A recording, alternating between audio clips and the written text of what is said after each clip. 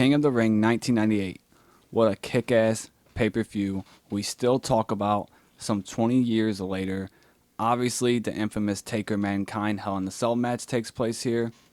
Also, we have probably the most famous action superhero of the late 90s, early 2000s, Stone Cold Steve Austin. He's wrestling Leatherface and Kane in a First Blood match where you're like, how the fuck is our action hero gonna survive the match, win this match when the dude's wearing a mask? Yeah. All those badass moments happening on this show, yet the King of the Ring tournament was just So we decided, let's fantasy book how we would do that tournament. But before I tag my partner in, make sure you like the video, subscribe to the page if you believe Ken Shamrock is the world's most dangerous man. Now, how would you book the King of the Ring that takes place this year? So, coming off of what you said, the Hell in the Cell, very physical match, and then Kane being this big monster, my winner is also a very big monster, physical guy, and I think one of the biggest drop balls in WWE, and that's Vader. So, for my tournament, just getting to the semifinals, Ken Shamrock and The Rock, they were the original final, and it was to continue their feud. So I would continue their feud, but just do it in the semifinals and let Ken get his win over The Rock here. And then the other semifinal, a guy who kind of was with WWE around this time, but got knocked out in the Brawl for All and kind of faded away, Dr. Death Steve Williams. I'd pair him up with Vader because those are two big powerhouses, and just let them have like a full-on car crash and do their Japanese strong style hard-hitting moves the whole time. Vader goes over. I'd have Shamrock go over. And then you could have the monster Vader beat the shoot-fighting UFC legend and Shamrock in another hard-hitting match, which also stems off of their pay-per-view match the year before in '97. Kind of continues that feud.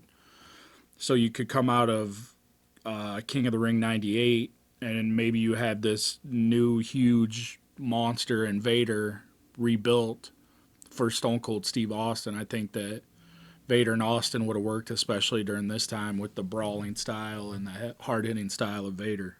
Especially with the action hero style of Austin. Yeah. And he has to go against this monster and Vader. Yeah, it was kind of like, I don't want to compare it to Hogan, but a little bit kind of like Hogan, like you're giving them these big monsters, but instead of it being this corny, over-the-top, like, oh, I'm using the power of the Hulkamaniacs to fight back, Austin's just this badass, and he's just beating these guys up and brawling with them. I wonder if anyone else has drawn the conclusion that Austin is very similar to Hulk Hogan. Well, I think that's the Vince McMahon style. It worked for Hogan. He threw monsters at Hogan, and it worked, and he kind of tried it with Diesel, with Mabel. And I think it was the same thing with Austin, where it was Kane and the Undertaker and this deranged dude love mankind type of deal. Or even Vince McMahon, like the corporation. Well, I mean, just powerful.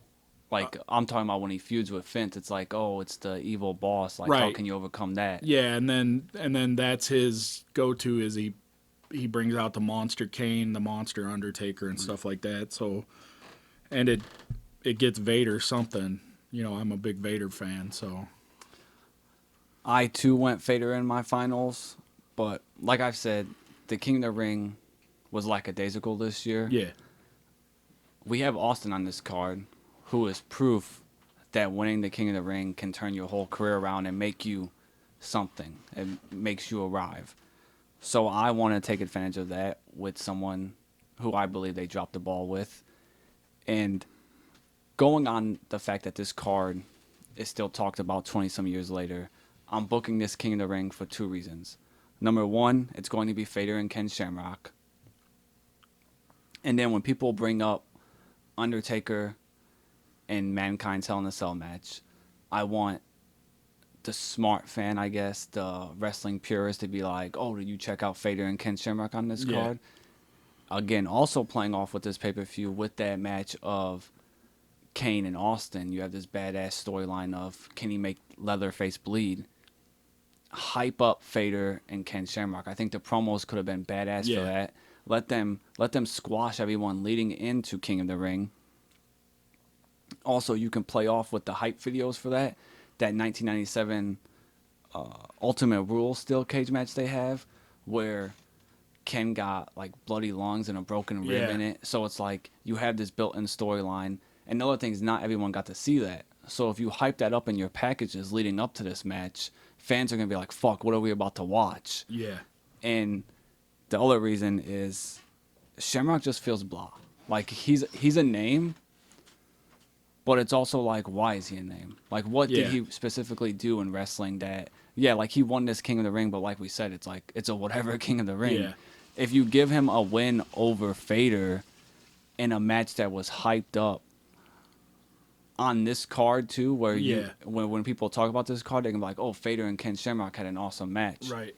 Like, so his run was pretty much he debuted at WrestleMania 13 as the world's most dangerous man, and then he just has no contest with Bulldog, no contest with Bret, DQ match with Shawn Michaels. Like, he never had anything of substance. Yeah. And this King of the Ring win isn't of substance, but if you build it up with Vader, a guy that's a monster, a guy that can wrestle, maybe then Ken does something more special going forward in wrestling.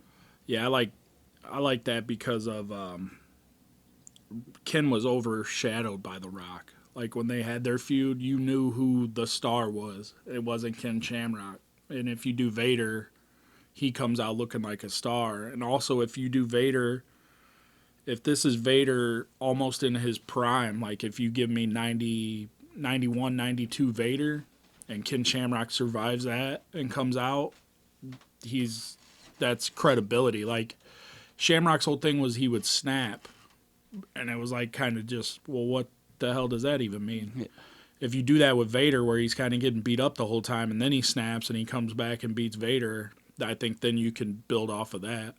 And it, like I said, he's not overshadowed by The Rock. Yeah, that's a good point too, because like if you just randomly ask someone who won King of the Ring '98, the final was Shamrock Rock, most fans would probably think say The Rock. Yeah.